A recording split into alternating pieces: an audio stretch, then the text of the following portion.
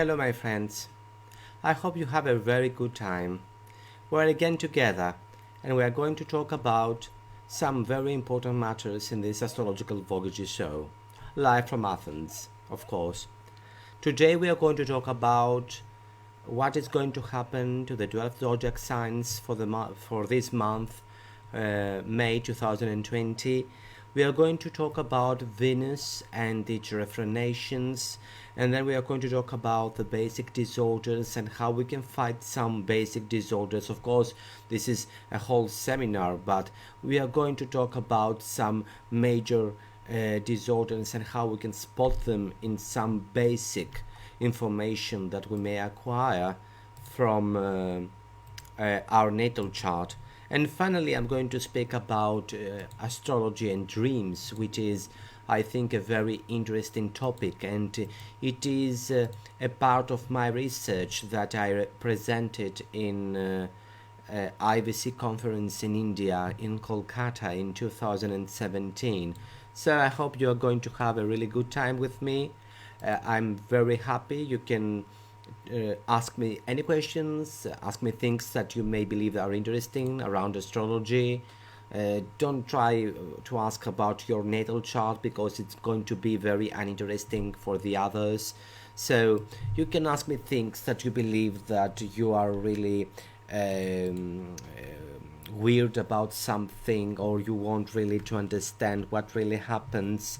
So be free to ask whatever you want, and we are going to be together in the next hour, and we are going to speak about some very important, I think, information that I'm certainly sure that you are going to like it. Of course, Astrological Voyages is going to have another astrologer in the next week, so I'm really happy about it, and we are going to have a lot of interviews, so be free and also send me a message and tell me that you want to get an interview from that astrologer, so I will ask him to come to my show and also to hear him and hear his opinion or whatever. And I think this is the most nice and good thing, that through Astrological Voyages we can have the ability to communicate with each other. But let's go to see what is going to happen in this month. First of all, I think May is a much better month than April or March or even June. April is a very, very nice month, and it's really helpful because it's going to help us to understand better what is going to happen to our lives. First of all, we can see that Mercury is forming a sextile with Neptune on 7th of May 2020. It is going to affect the third decade of Taurus, Scorpio, but also of Pisces and Virgo. I think this is a very positive aspect in order to understand how we can deal with everyday problems, but also to use our imagination. Imagination is a very important thing, a fundamental thing, if we really want to change our lives. Also, this is always a very good aspect if you want to express in an artistic way, or even perhaps have some kind of visions for those that you work in a more esoteric way in your life. And then we are having this Mercury forming a trine with Jupiter on 10th of May 2020. This is, I think, one of the biggest aspects of this month. It's going to help a lot the mind to work more quick in order to find some solutions. On 9th and 10th of May we are having these trines of Mercury with Pluto and Jupiter, and all of the earth signs, Taurus, Virgo and Capricorn. I think they're going to feel really secure, and I think they are going to feel all of this energy and the ability to succeed in some very important matters, which is, I think, one of the most important and fundamental things that we really need to work with. On the other hand, we have another important aspect, and that is, first of all, we have on 11th of May 2020 this Saturn going retrograde. Saturn going retrograde means that this is always an era of looking what really happens in our life, and of course it is going to go back. It is going to go back to Capricorn, because as we know, Saturn is going to go forward in Aquarius for 2 years and some months in December 2020.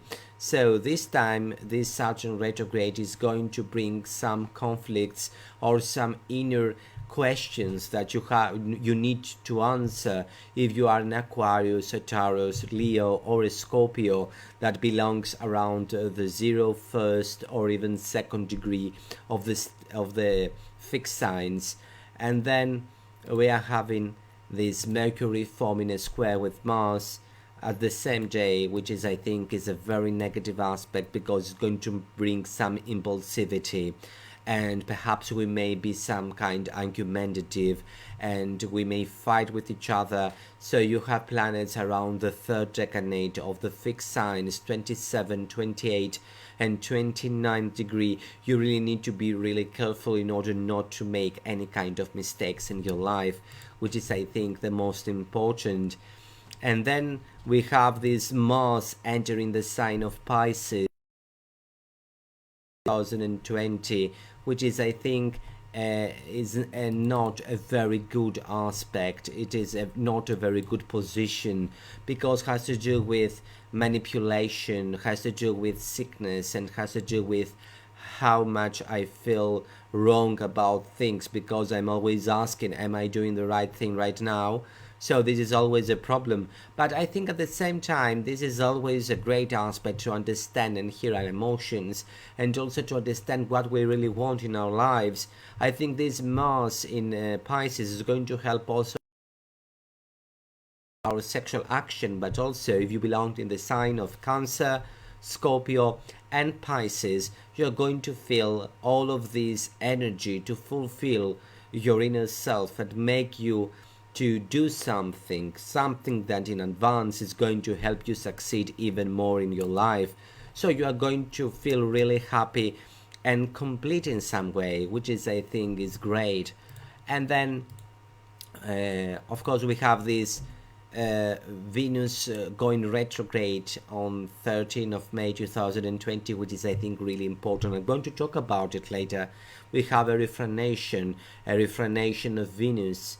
Venus is not having the ability to reach Mars, because Mars is running really fast, is going into the sign of Pisces. So Venus is not forming this trine with Mars, but is going retrograde, and it is going to form a square with Mars. And I'm going to talk later what this refranation is going to bring to our personal relationships. And then we have, of course, this Jupiter going retrograde on 14th of May 2020. I think this is a position that is going to bring some kind of a better understanding of our limitations, but also of our ability to change our life, because I believe that in a way a Jupiter retrograde is like a Jupiter that is acting more like Saturn, and Saturn retrograde is like a Saturn that tries to act like a bad Jupiter, or miscalculating things, like a Saturn that really does not understand what really happens. And I think this is not, of course, a positive sign, but it's going to help us understand our true abilities and what we can really do in order to succeed to our lives. And then, of course, we have this Sun forming a trine with Pluto on 15th of May 2020. This trine is always about creating new ways of understanding. It has to do, of course, with power. It has to do with determination, and, of course, the ability to have some important decisions in your life.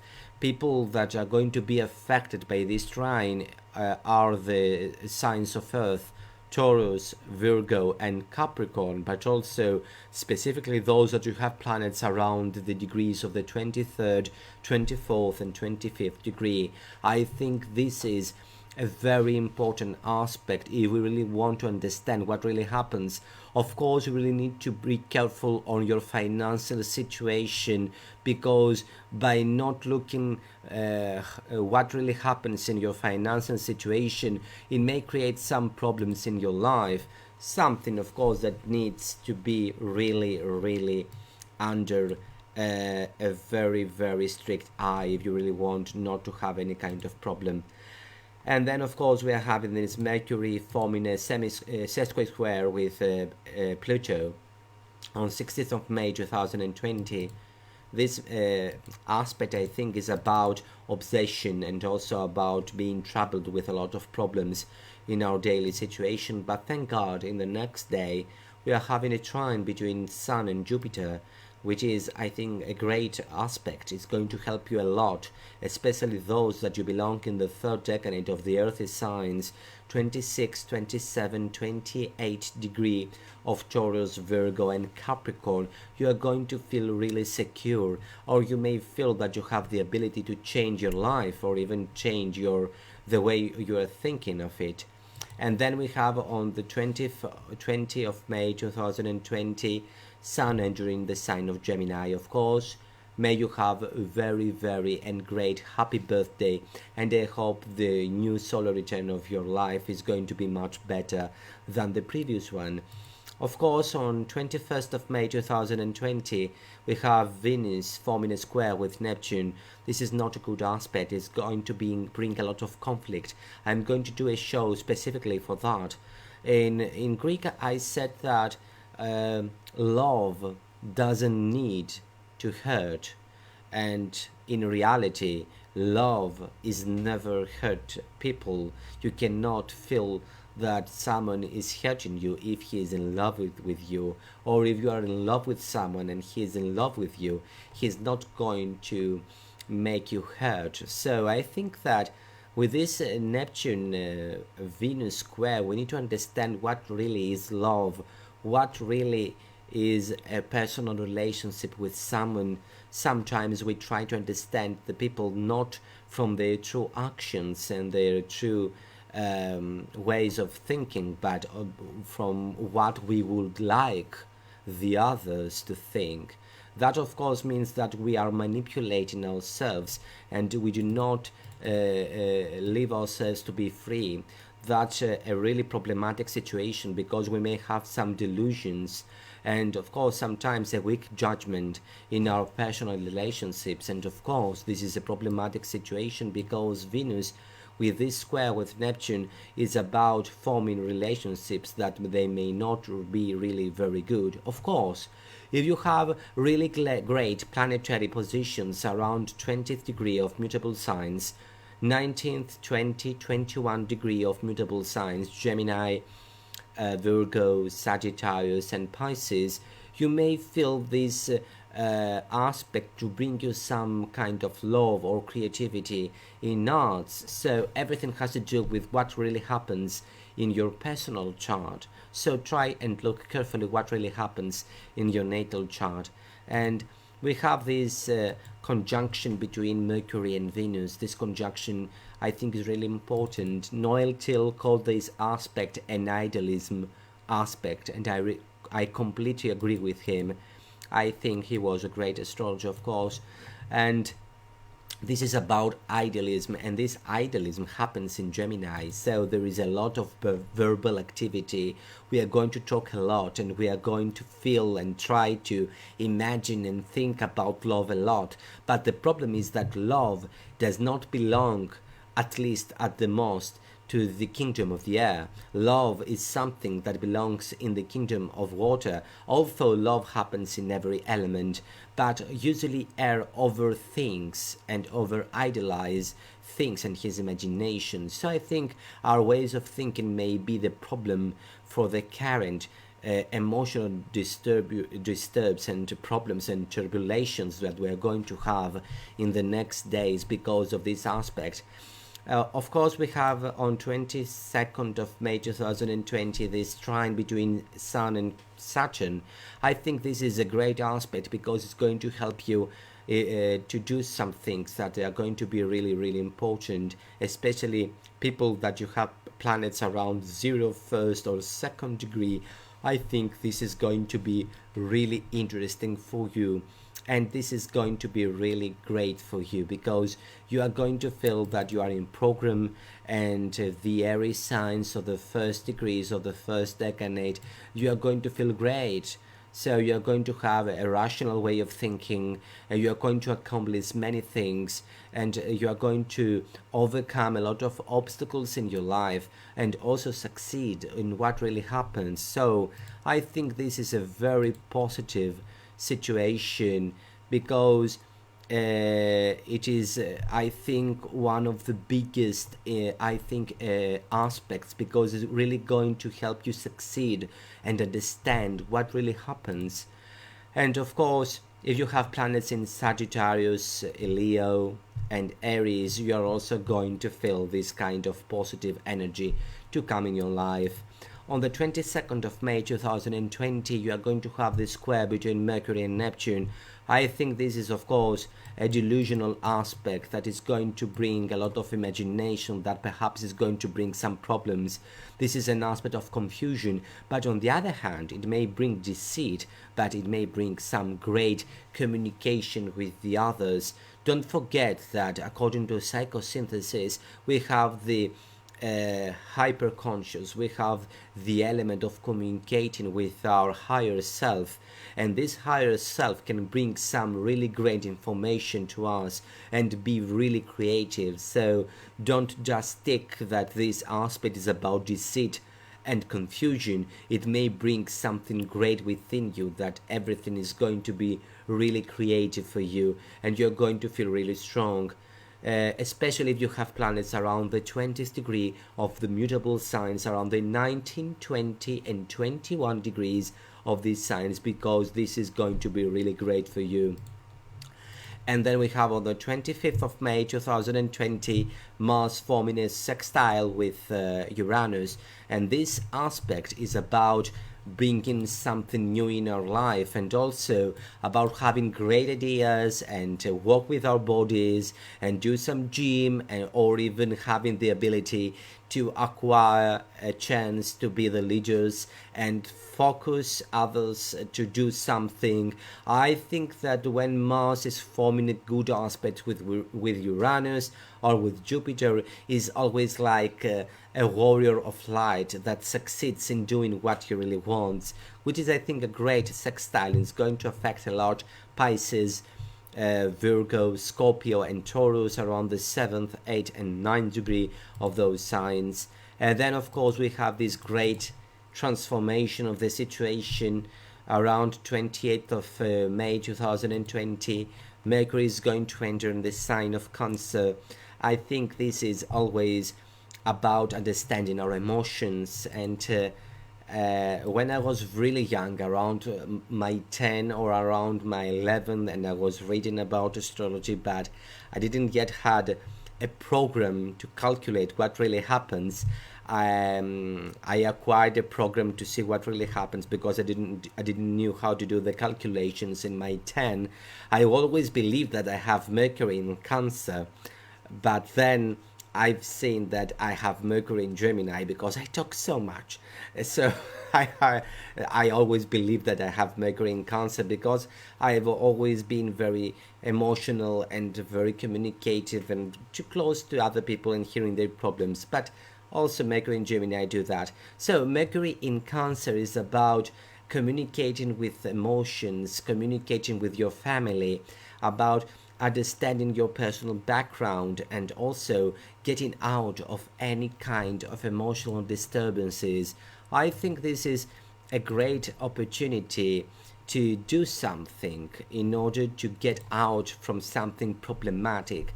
And then of course we have the Sun forming a sextile with Chiron on 29th of May 2020, and is going to help a lot Geminis, Sagittarians, Aries and Libra around the 7th, 8th and 9th degree, because I think this is a great aspect that is going to help you to heal your wounds and to become better. I always found fascinating in bringing and understanding new kind of things in our life. So, for example, I found a great book that it is called The Primal Wound. It is not an astrological book, but as a psychologist, also I'm reading other kinds of book. So, if you have the ability, try and acquire this book. It is called The Primal Wound, and it is very connected with what Chiron is. You are not going to see Chiron because this is a psychological book. But if you read The Primal Hood, I think that you're going to understand a lot of things about how Chiron works, and also how we can deal with Chiron, and how we can overcome the problems and the situations that arise when this Chiron is deeply affected. Because, for example, myself, Chiron is in 12th house and is not forming a lot of aspects, is not very significant. But perhaps some of you that you are listening to me right now, or you're going to listen to me later, you are having this Chiron being very powerful in your natal chart. And this is, I think, great, because you belong to this community of people that you are really wounded, but also you're very talented, and you need to get out from the prison of being wounded and flourish from this and understand what you really can do in your life. So if you have any kind of chironic map like Chiron conjunction with ascendant, the IC, the MC, or the descendant, or perhaps if you have Chiron in conjunction or any strong Ptolemaic aspect with the Sun or the Moon, or multiple personal planets are connected like Mercury, Venus, at Mars, and if this is connected, for example, with the ruler of the ascendant, for example, you are a Taurus ascendant and your Venus is forming a trine with Chiron, or even worse, with a square with Chiron, that means that this planet is really telling you something, and you really need to understand that. Exactly, Linda. We are both in the 9th degree, so we are going to be affected by that. So it is a great opportunity, a step forward to get out from things that they wounded ourselves in the past. So you have to deal with that, especially if Chiron is really powerful in your chart. If not, then okay. But if you are having a chart that Chiron is really powerful, you really need to look closer to that. And then let's go little quickly and see what the decanates of the sun signs are going to need to develop. I'm not going to speak in a very, let's say, earthy way, because I think that I'm going to do that in a new kind of show. Oh, I forgot that I've created a YouTube page that it's going to have only English videos, lessons, my approach in various things. So if you're interested, go to YouTube and just type my name, Christos Arcos, with English letters, of course, CHRISTOS, and then ARCHOS, and you are going to find lots of information, because I'm going to upload many videos. I'm a really fast uploader. If you know the Greek audience that knows me better, I upload shows like a devil, so you are going to learn a lot. So if you want, you can find my personal YouTube page that is going to be in English, and let's start and talk about how the decanates are going to be affected from this kind of planetary information that it is going to affect us in this month. So the first decanate, I think, of Aries is that your prayers finally can reach reality, that you are in some kind of a divine timing of really understanding and getting out from a prison. You may need to compromise with something, but I think at the end you are going to keep your integrity, and you're going to be really secure, and you're going to really be very happy. The second decanate of Aries, I think they are going to feel this kind of passion and love. I think Eros, the love in Greek, is going to bring you something positive and something new, because it is like a friend or an old love that comes back to your life, and I think this is going to be great for you.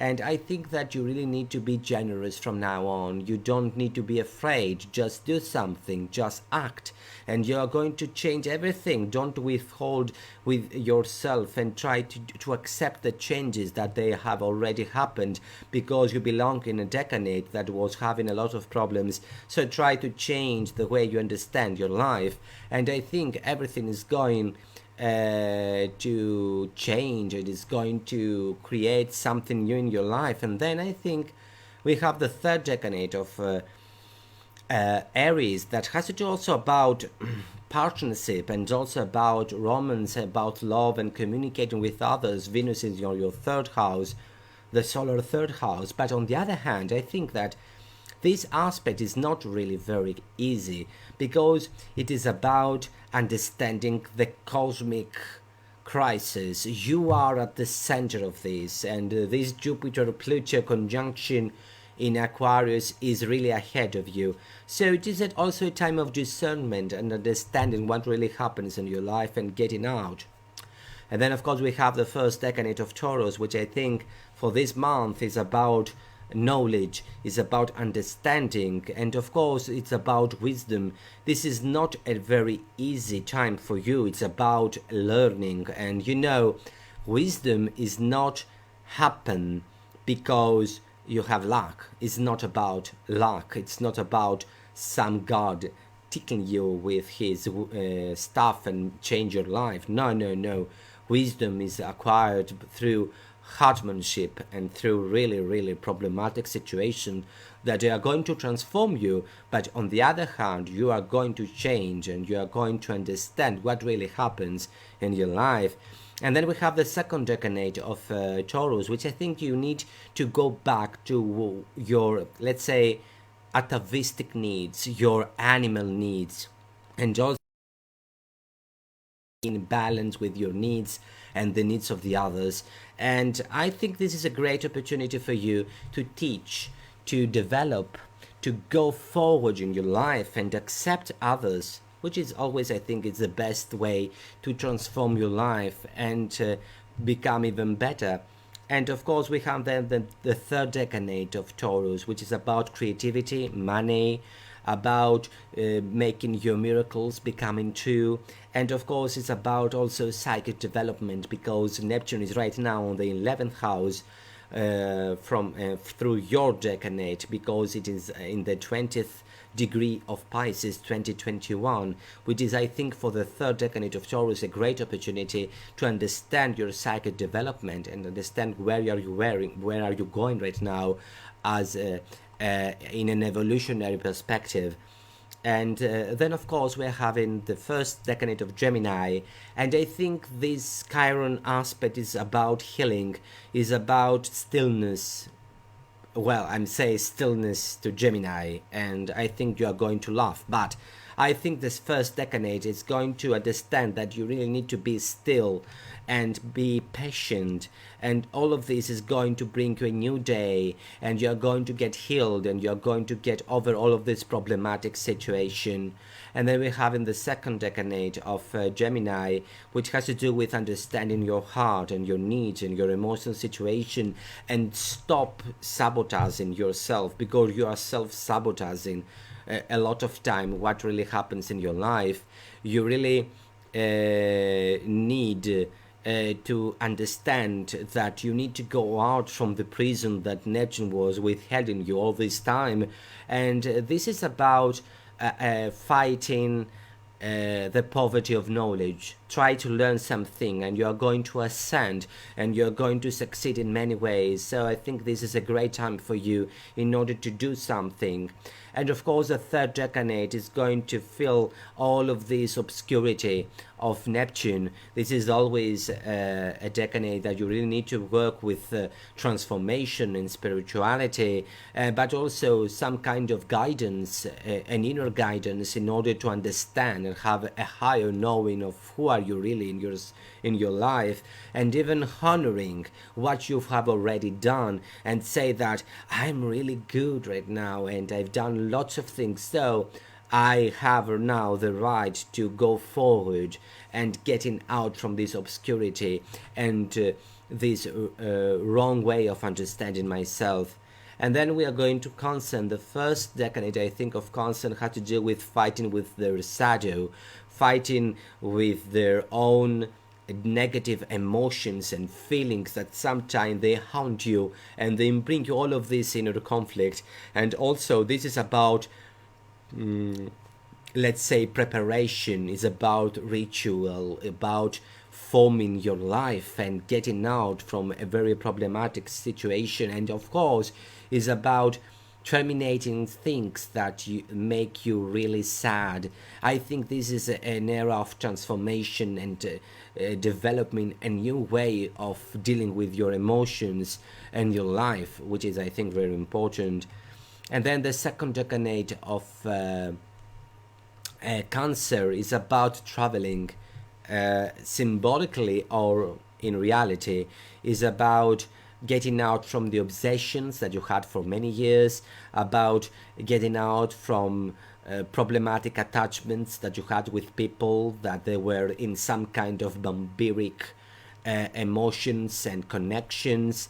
And of course, it's about feeling that finally things are becoming better, that finally things are within your grasp in order to change it. And of course, we have the third decade of Cancer, that it is about understanding the big picture. It's about formulating new ways in your relationships. Of course, some of you may decide to go and get married, but I think the third decade is about hearing the omens, hearing what really happens in your life, and understand that you are a part of something much more complicated within your family, within your friendships, and also within a vast group of multiple situations that you really need to be in control in order not to get hurt again, because sometimes you are believing others without checking out if they're really true. And then we have, of course, the first decade of Leo, and Leo is all this Saturn and Uranus energy.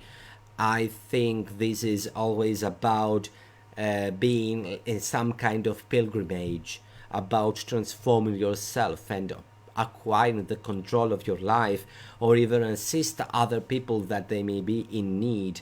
But also you need to move in order to find your balance. This is about Saturn and Uranus, the old and the new. So you really need to find the balance between those two gods, because if you choose between them, you are going to rip off your life, because you really need to understand that you cannot deny everything from your past and you cannot accept anything from your future. You need to combine and find the golden thread that is going to bring you out from the labyrinth. And then we have the second decade, and the second decade, I think, has to do with, well, in Greek we call it aletheia. In English we could say being true with yourself, being true with your needs, understanding what really happens, being honest to yourself, and not letting others using you because perhaps you need some public in order to adore you or in order to give you some emotions. And then I think that you need not to do any kind of action within this period of time, and at the end try to understand that the second decade of Leo is about getting out from various struggles that you had in your life, so something really can change. So the first decade now of Virgo is about a travel to the underworld and understand that you can change your life and yourself, is about perseverance and also about finding finally your home. That you are going to have some great opportunities with this sun entering your 10th house, the 10th solar house, so you're going to feel all of this energy to change you, and you're going to feel that things are going to become even better for you later on. And then we are having the second decade of Virgo. I think you are wearing a dead end. That's, I think, the main problem with people that had something, not just your sun. Do not hear just your sun. I forgot that to tell you. You have to hear your moon, and you have to hear your ascendant. And if you are a diurnal chart, means that your sun is in the 7th to 12th, you really need to look closer to your sun. But if you were a nocturnal chart and your sun is in the 1st to the 6th house, that means you really need to be careful with your moon. And don't forget your ascendant in order to understand what really happens in your life. Otherwise, I'm just saying words without any meaning, because our charts are much more complicated, and if you try to just hear a zodiac sign, it's like spending time for no reason. So I think the second decade of Virgo is about dealing with the dead ends, and understand that a new cycle of growth begins finally in your life, and there is always an ability to find joy and happiness, and finally believing in yourself, which is, I think, really good. And then the third decade of Virgo is about dealing with venom, with poison. It's about understanding that other people may not say you the truth, or in some kind of weird way, you are not telling the truth to yourself. So you are creating your own prison, and you are creating your own problems. And I think this is the biggest problem that you really need to face. And then it is about, of course, material wealth. You really need to be really careful and try always to ground yourself, because this Neptunian energy that is going to affect you for the next years is really powerful, and sometimes we are not rooted, and we do not have a proper communication with the earthy matters. And then we are going to the sign of Libra, and I think that you are getting out from the womb.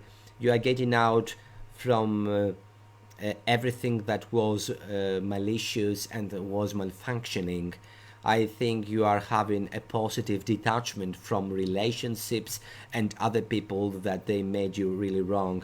Of course, this is always a period of abundance and success in your personal matters, and you're going to feel really secure and happy, and perhaps you're going to feel that things are really changing for yourself.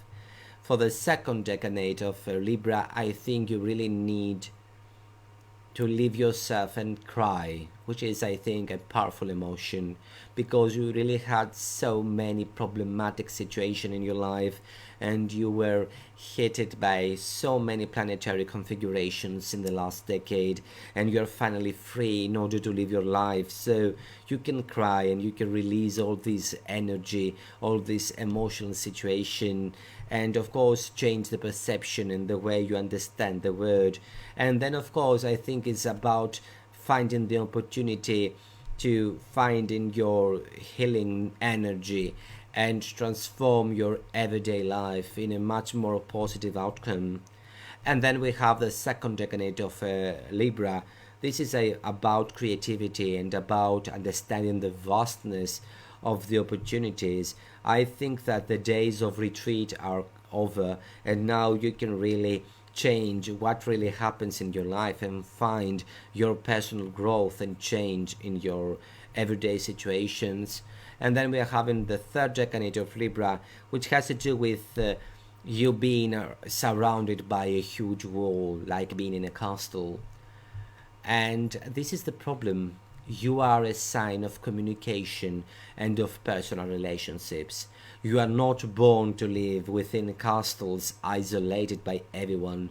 So because of your insecurities and your inner problems right now, what you are doing is that you are forming a castle around you. Libras are an air sign. Do not castle yourself.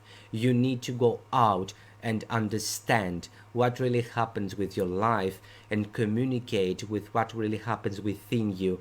Try to communicate with others.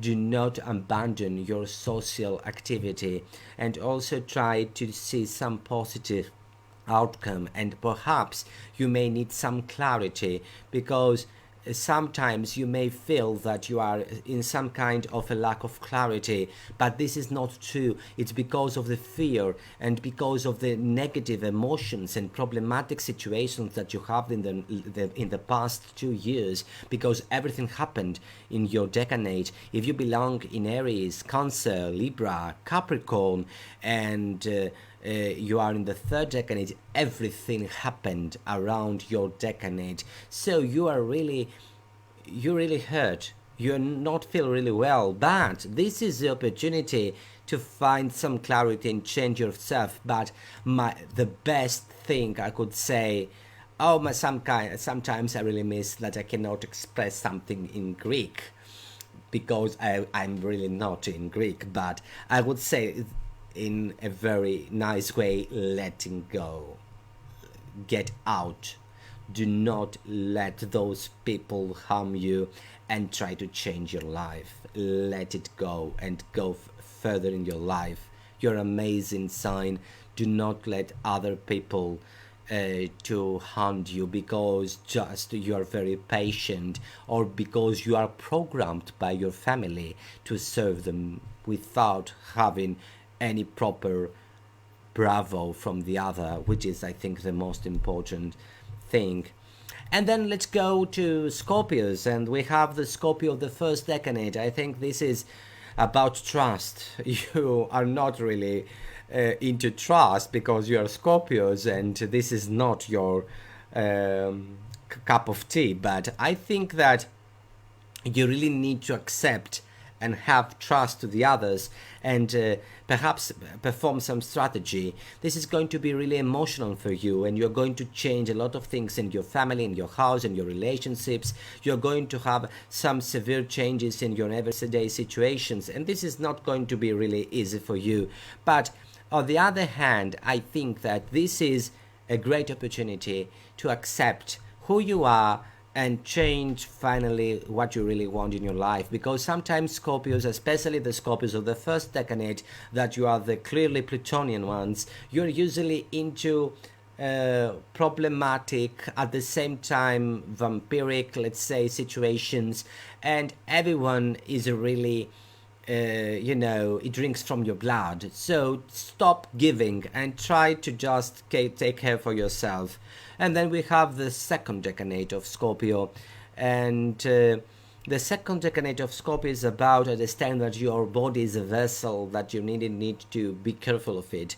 So you really had some kind of poisonous emotions, some negative feelings.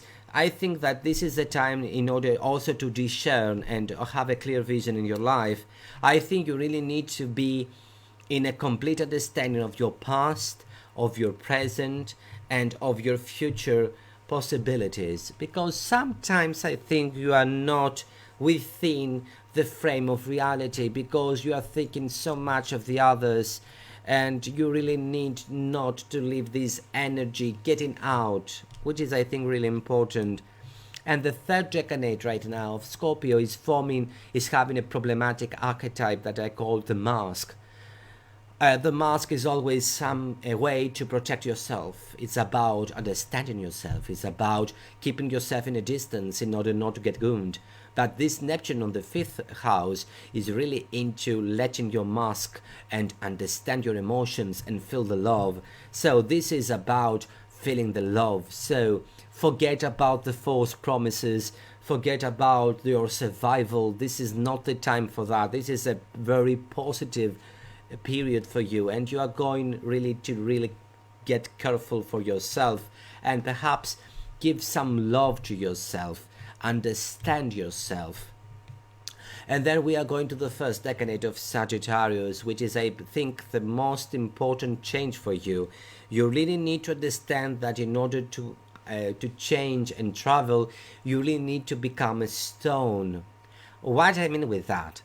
Sometimes Sagittarians, you are really into hunting things, getting out, and you're into the move. But right now, you really need to just wait. Sometimes we find a little stone and we just hit it, and this stone goes further away. So you just need to wait for this pushing from the others, and this push is going to happen and you're going to feel free. And it is about also having some boundaries, understanding others, but also it's about finding again love and the reunion of souls, the reunion of having someone really important in your life that you've missed so much in the past. And then we have the second decade of Sagittarius, which has to do with death. Not, of course, the death as something practical, but something symbolic. It's about transforming yourself and understand what really happens in your life. Let go all of these wounds that you have in the past. Neptune went to the third decade, so you're free from all these illusions, and I think this is the time to start your inner journey of your professional transformation and understanding your abilities and how you can change your life and change your abilities in order to understand who you really are and live your life in order to feel finally happy. And then we have the third decade of Sagittarius, which is about fighting the threshold.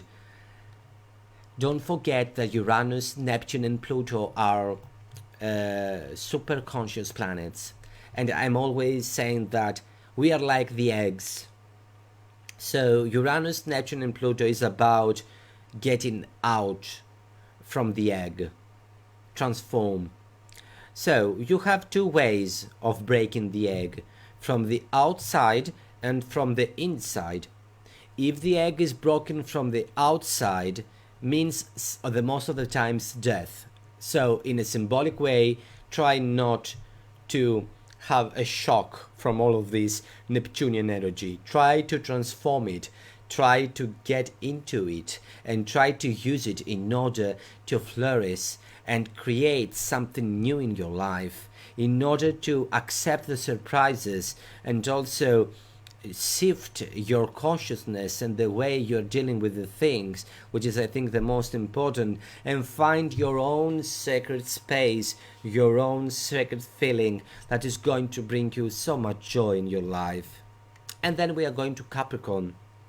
And the first decade of Capricorn is about having the flame with you and change whatever you want, because you have the power to transform, you have the power to change, and you are going to find the most positive outcomes these days, because you are finally free from all of these problematic situations that you had in your past. And then I think that this is the time in order to have fun. The second decade of Capricorn is about drinking the nectar in your life. The nectar is the holy beverage of the Olympian gods that was keeping them live forever and powerful. So it's about communication, is about paying attention to the details, and also is about letting go the anger, because the second decade of Capricorn has had so many things to deal with in the last years. So you have a lot of anger within you. Try to expose it, to express it in a very communicative and productive way, and you're going to feel really good. And then we have the third decade of Capricorn, which has to do with the offering something to the other, about being optimistic, and of course using all of this Jupiter-Pluto conjunction to deal with growth and having money and succeed in your life. And I think this is for you the biggest time in order to change, in order to understand what you can really do, and you can really transform, and you can really do everything you really want. This is a great opportunity for you. And then we are going to the first decade of Aquarius, which I think you are going to learn your fault line, the line that you are doing the fault, you are creating the problem. I think you are within a great inner conflict, and there are problems with choices, with your morals, with your ethics, with what really happens in your life.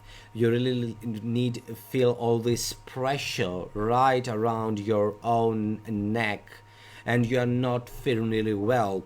But all of this happens in order to change, and through this change you are going to find your unlimited possibilities, because the universe, the planets, the zodiac signs, everything, they are not sadistic energies that they just want us to bring conflict and problems.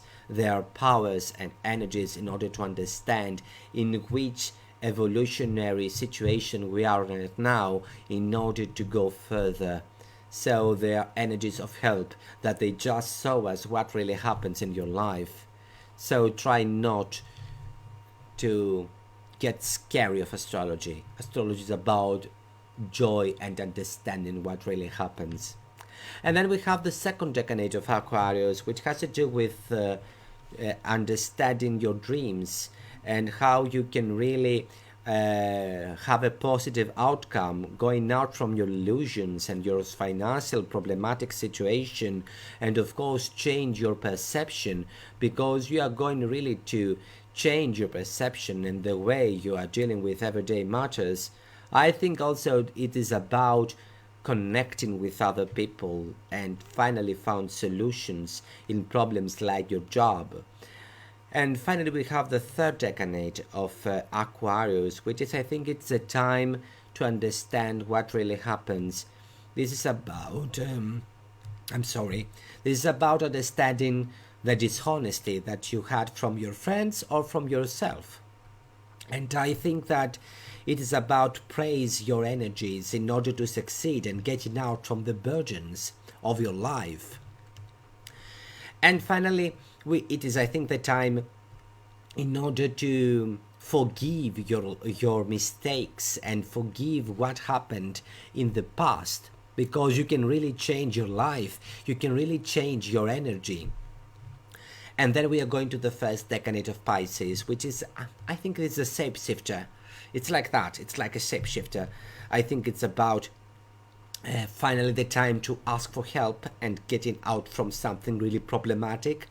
Small steps at the beginning, and then try to push even more and even more in this month. You're going to feel really happy, and of course a very important romantic relationship may come, something really positive in your life. I think this is always a great opportunity to get serious with your life. And finally, Neptune is not within your decade, so you can really change whatever you really want and being in communication with reality. And of course, then we have the third decade of Pisces, and the third decade of Pisces has to do with, let's say, the eternal child.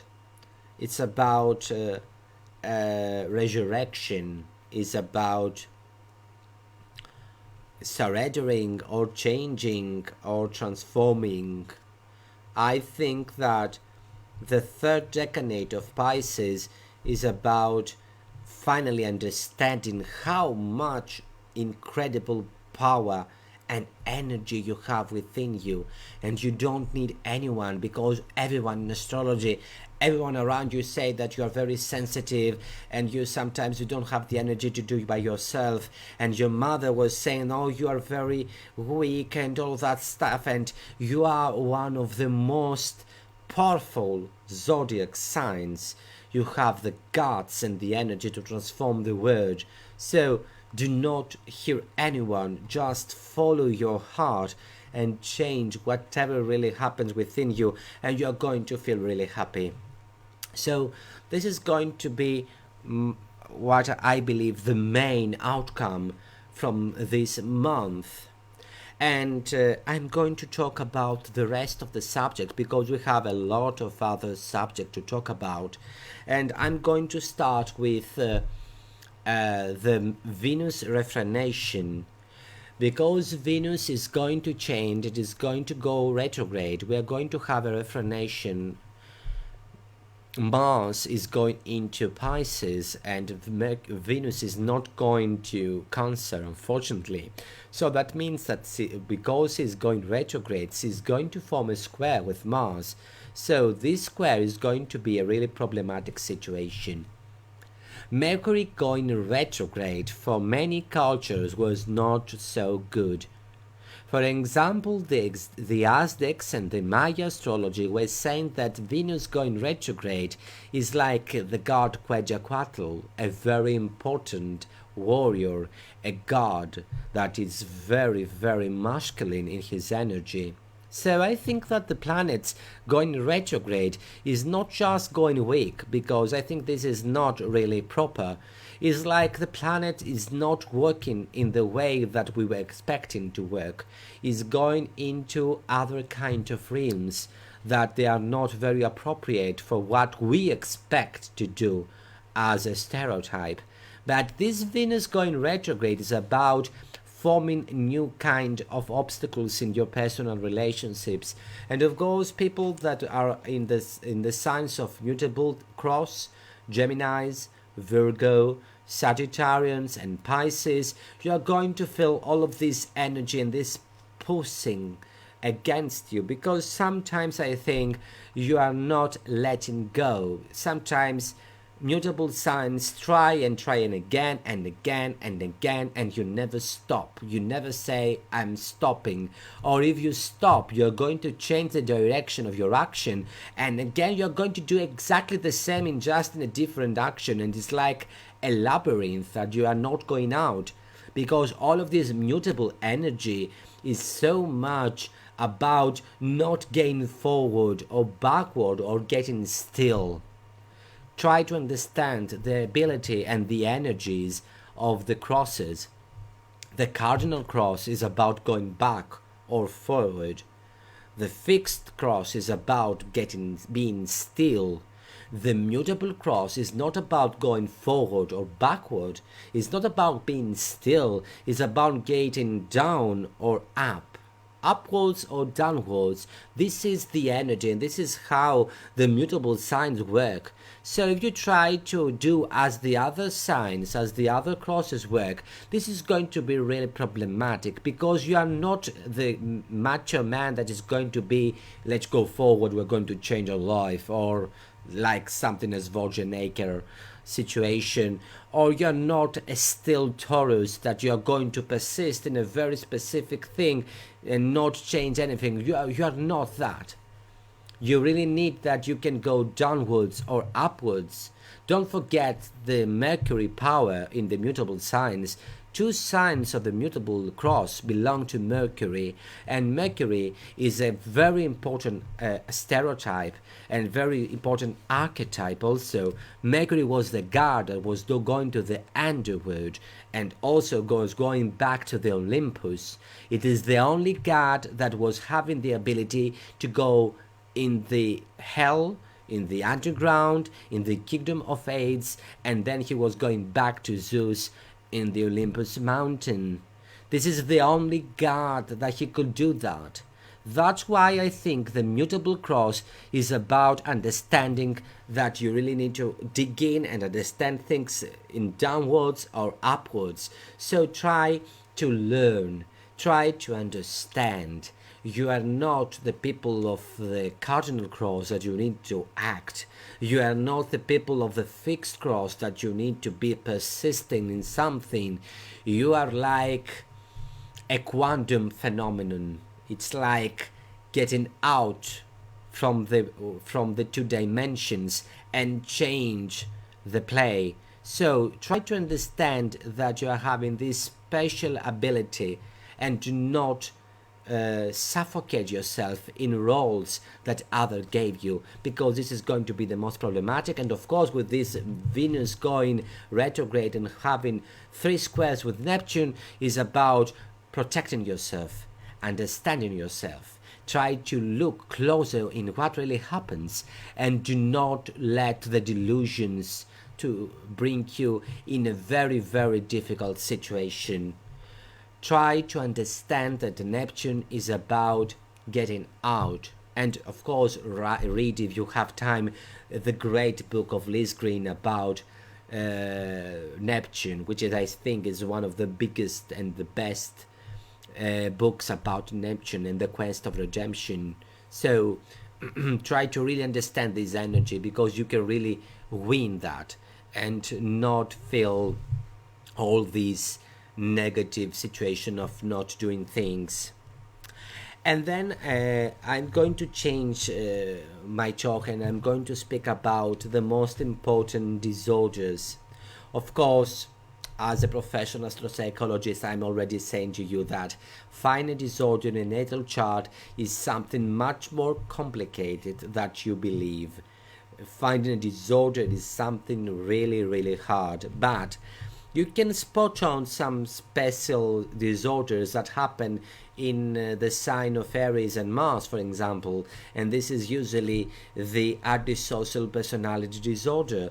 Usually, people with a problematic Mars or with planets that are difficult in Aries or a difficult house in Aries, I think this is going to bring some kind of a antisocial disorder. While on the other hand, I think that the biggest problem and pathology with Taurus is about insecurity. Taurus is about having insecurity, and this is, I think, the biggest problem, because when you deal with Taurus, you don't see this insecurity. You just see a rock solid. You just look at the mountain, because this is how I'm always feeling with Taurus. It's like seeing a mountain that is not moving at all. It's a huge mountain. But on the other hand, there are always some eruptions, because this is a volcanic mountain. So it's about insecurity. Always is about insecurity. Taurus is about understanding their insecurities, and sometimes may bring some kind of a borderline personality disorder. And of course, we have Geminis, and the main problem, of course, is that we speak a lot. We speak so much that I cannot handle myself sometimes. So, of course, the main problem of Geminis are the ADHD, the attention deficit hyperactivity disorder, and usually Geminis have some problems that has to do with learning. For example, someone cannot write properly, and the learning situation for Geminis, it is a huge problem sometimes for people that they have problematic Mercury or Gemini sign. And then we have the Cancers. The Cancers have to do with what psychoanalysis was saying in the past, hysteria. Cancer is about this thing, but in a modern way we can call them histrionic personality disorder. Sometimes you are getting out from your emotions and you cannot control them, and you feel so much insecure with your emotions, and you are acting so hysteric. And this moon and Cancer is always about having loss of control of your emotions. About Leos, I think you all know that about Leos is about narcissism, Sun and Leo, and of course sometimes perhaps the fifth house is always about having some kind of narcissistic personality disorder. I'm not saying that you're a Leo, or if you have a problematic Sun, that you have a narcissistic personality disorder. Of course, I'm a serious astrologer, I'm not saying that, but I think that the basic elements are there, and then other planets come, like a problematic Uranian or Neptunian energy, or a wound from a Chiron and Saturn, and then woohoo, you have this narcissistic disorder. And then we have Virgo, and of course the problem with them is the OCD. The problem with Virgo is always OCD, and with Mercury in water and earth signs, because the learning problems is usually, and the Gemini power with Mercury in the fire and in the air. And on the other hand, I think Virgo and Mercury in water and in earth has to do with obsessive compulsive disorder. We have a question. Joanna Povoletti says, aren't they bipolar too? Sometimes yes, but bipolar is about a conflict between Saturn and Uranus usually. And Dunora says, when the people have many planets in the same house, it's difficult. Depends about what kind of planets are in this sign, and where is the ruler of these multiple planets. For example, if you have 5 planets in Libra and Venus is in Libra, that means that the ruler of this planetary alignment is in his house, or if this Venus is in Pisces, is in her exaltation, so everything works better. But if this Venus is, for example, in Aries, or perhaps in Virgo, or in Scorpio, this is not going to be really easy. And of course then has to do with the inner dimension of what we are going to have within all these planetary alignments. Because for example in the 1981 we have many people having this conjunction between Jupiter and Saturn in Libra, and they always ask me who is the winner. Well, the winner usually is the one that has the most of essential dignities, and Saturn is an exaltation in Libra, so that means that Saturn wins. So that's why a lot of people in the 1981 do not really feel this connection with Jupiter, because this Saturn is having all of this control, it is much more powerful. Jupiter in Libra is not in a very great position, is not in a bad position, but in a connection and in conjunction between those two planets. Of course, Saturn is the winning side in Libra. The same happens in Capricorn. That's why we have all of this negative situation at this time. If you read the Encyclopedia of Medical Astrology, which is a great book, writes that when we have a lot of planets in a sign that they have conjunction with the South Node, this is a problematic situation. For example, that means that usually a person that has a lot of planets in Capricorn and has South Node may bring some problems. And what happened? Saturn was in Capricorn. That's why we have this kind of problematic situations in 2020. Well, having 5 planets in Capricorn, probably you are born between 1988 to 1993, 1994. I hope I'm not doing wrong, but having a lot of planets in Capricorn is not a bad thing. You are serious, you are a very well organizing person, you can really be really good in doing your job, and I could ask you something that you're going to do because you are very serious.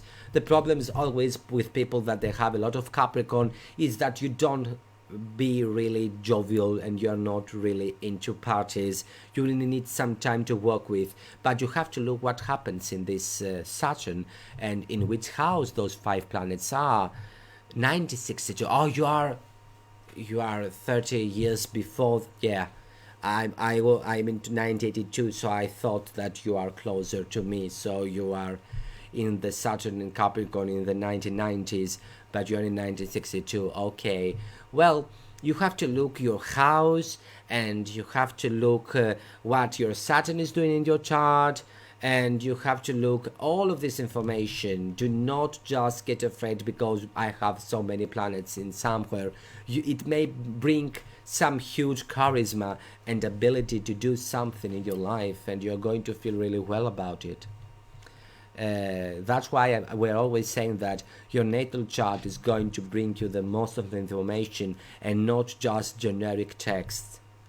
So Virgo and Mercury in water and in earthy signs usually bring OCD, obsessive compulsive disorder. And then we have Libra, and of course the most problem with Libra is about being dependent, so that's why you have this dependent personality disorder.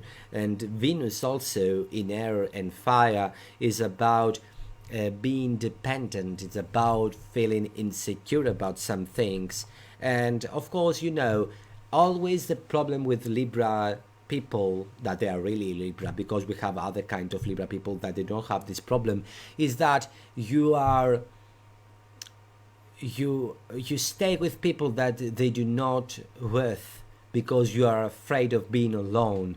And that is the biggest problem for every Libra, that you are afraid of being alone and you choose the worst to live with, and you do not getting out from that because you're afraid of not finding someone. This is a typical problem with Libra. And then we have the Scorpio people and Plutonian people. That has to do, of course, with paranoid personalities and about problematic control issues. Again, I'm not saying that if you're a Scorpio, you're a paranoid.